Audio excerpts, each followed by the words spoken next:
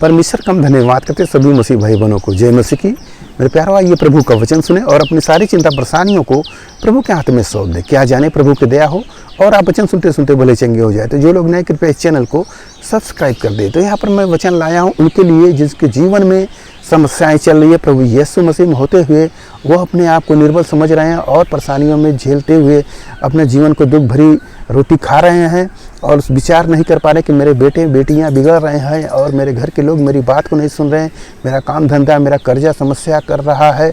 हर एक प्रकार का दुख उनके जीवन में आग घेरा हुआ है। उस समय वो क्या कर सकते हैं?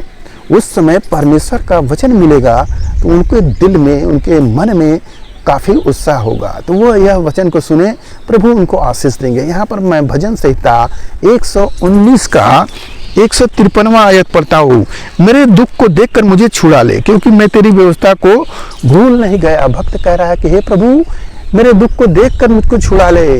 यह दुख बहुत बड़ी है और मुझको क्या कर संभाल पिता।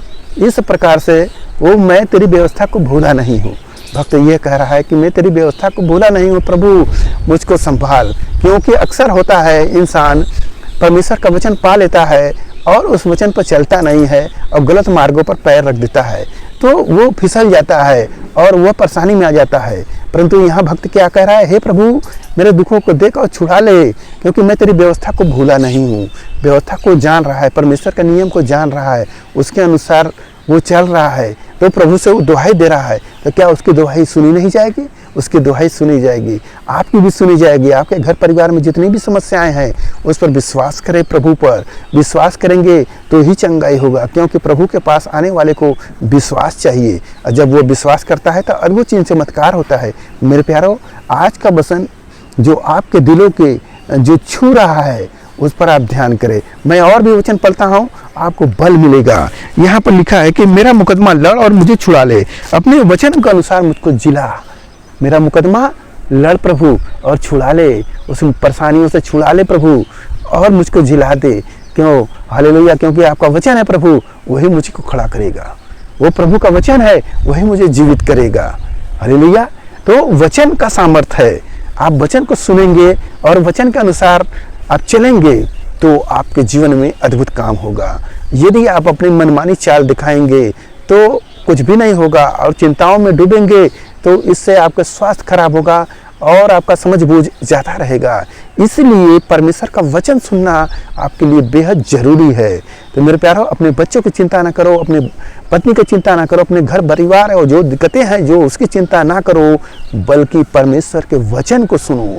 उसके सुनने से, कलीसिया में जाने से आपके जीवन में सारी समस्याएं जाती रहेगी। हालेलुया। विश्वास करो, कितनों को मैंने यह सुसमाचार सुनाया है। एक भाई आते थे, उनके जीवन में घबराहट की आत्मा आ गई थी। वो घबरा रहे थे कि मैं बचूंगा नहीं, मर ही जाऊंगा। उनका जांच हुआ, डॉक्टरी हुआ और ओझा सोखा भी आए गए, कुछ भी नहीं फायदा हुआ। वो बार बार कह रहे मैं बचूंगा नहीं, मर ही जाऊंगा। जब वो मेरे पास आते हैं तो मैं परमेश्वर का वचन सुना रहा हूँ और उन्हें बता रहा हूँ कि मेरे भाई क्या दिक्कत है। तो वो बता रहे हैं दिक्कत। मैंने कहा देखो, विश्वास करो, प्रभु के भवन में आओ, चंगे हो जाओगे। और ये ना सोचो कि मैं जिंदा रहूंगा।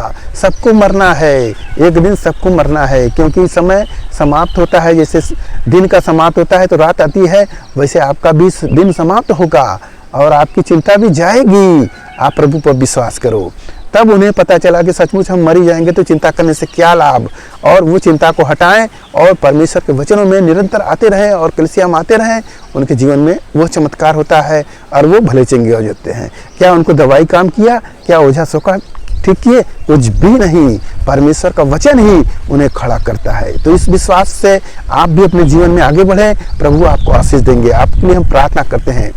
महान परमेश्वर, हम आपका धन्यवाद करते हैं इसमें से राजा, आज के दिन प्रभु जो ये वचन मिला, जितने सुने प्रभु ने आशीष मिला, उनके घर परिवार में सुख शांति बनी रहे, सभी लोग भले चंगे रहे। मेरे राजा, आज का दिन जो ये वचन सुने उन्हें भी प्रभु दृढ़ता से प्रभु आत्मा में मजबूत करे, ताकि प्रभु वो खराई से आपके वचनों में चलने पाए। ये मेरा राजा, उनका जीवन आपके हाथ में सौंपते हुए प्रार्थना यीशु मसीह के नाम में, आमीन।